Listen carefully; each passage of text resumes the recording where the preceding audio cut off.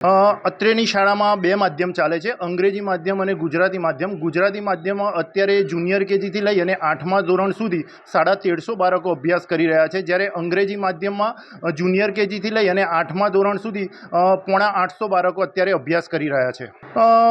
Fees પણ એક reason હોઈ શકે છે. સાથે સાથે સરકાર દ્વારા જે સુવિધાઓ આપવામાં આવી રહી છે, એજ્યુકેશનની વાત કરીએ તો સારામાં સારું એજ્યુકેશન. મેં અગાઉ જ વાત કરી એ પ્રમાણે કે રાજ્ય પરીક્ષા બોર્ડ દ્વારા જે પરીક્ષાઓ લેવામાં આવે છે, એ પરીક્ષાઓની અંદર રાજ્યમાં સૌથી વધુ બાળકો અમારા ઉત્તીર્ણ થઈ અને મેરિટમાં સ્થાન મેળવે છે.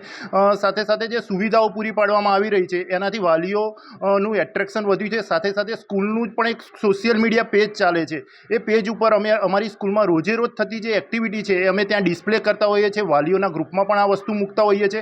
એટલે એવું નથી કે આસપાસના વિસ્તારમાંથી જ બાળકો આવે છે, 7-8 કિલોમીટર દૂરથી પણ બાળકો અત્યારે અહીંયા આવવા પ્રેરિત થયા છે.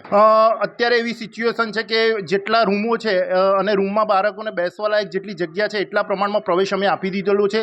લાસ્ટ ટાઈમ જ્યારે શિક્ષણ સચિવ શિલ્પાબેન અહીંયા આવ્યા હતા અને સ્કૂલની પરિસ્થિતિ જોઈ અને એમને નવા રૂમો મંજૂર કર્યા હતા. એ રૂમોનું કન્સ્ટ્રક્શન ચાલી રહ્યું છે. આગામી સમયમાં એ રૂમોનું કન્સ્ટ્રક્શન પૂર્ણ થશે તો અમે વધુ બાળકોને પ્રવેશ આપીશું.